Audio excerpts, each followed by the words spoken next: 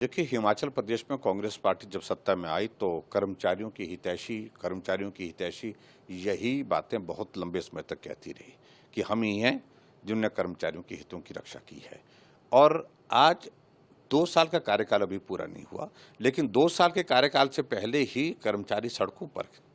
अगर आप कर्मचारियों के हितैषी हैं तो इस सड़क पर कौन लोग हैं, क्यों हैं?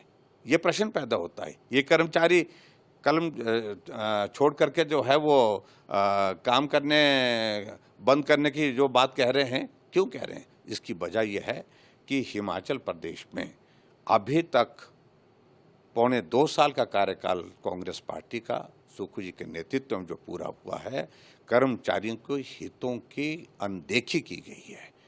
और मैं कर्मचारियों भाइयों को इतना ज़रूर मैं कहना चाहता हूँ, याद करिए भारतीय जनता पार्टी का वो कार्यकाल जब आपको मेडिकल रिइंबर्समेंट का पैसा भी मिला, डीए की किस्तें भी मिली, एरियर्स भी मिले, और जब भी आपको लगा, कर्मचारियों को लगा, उनकी बातों को सिर्फ सुना ही नहीं गया, उनकी बातों को माना भी गया।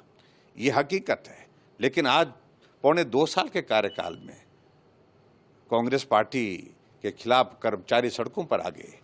हम इस बात को देखते हैं कि हमारे 5 साल के कार्यकाल में अंतिम दौर में मुद्दा आया था कर्मचारियों का। इसके अतिरिक्त कर्मचारी 5 साल तक जो है पूरा सहयोग करते रहे, काम करते रहे। और मैं सिर्फ इतना ही कहना चाह रहा हूँ कर्मचारियों के हितों को लेकर के कि उनके हितों की रक्षा होनी चाहिए। मैं समर्थन करता हूँ उनके मुद्दों का, उनकी बातों का। इस महंगाई के ज़माने में उनके बच्चे पढ़ते हैं, उनके परिवार पलते हैं। बच्चों के पढ़ाई के साथ साथ में और भी जीवन की यापन की जो सारी चीज़ें जिस प्रकार से कर्मचारियों के लिए भी आवश्यक है, उस तरह से सरकार को सोचना चाहिए। और मुझे लगता है कि एक बात उन्होंने सही कही है कि अगर खजाना खाली है तो ये 7 सीपीएस जो है, जो कैबिनेट रैंक के दर्जे के साथ आगे पायलट, पीछे एस्कॉर्ट और सिक्योरिटी, जेड प्लस सिक्योरिटी के अंदाज के साथ लोगों के बीच में घूम रहे हैं।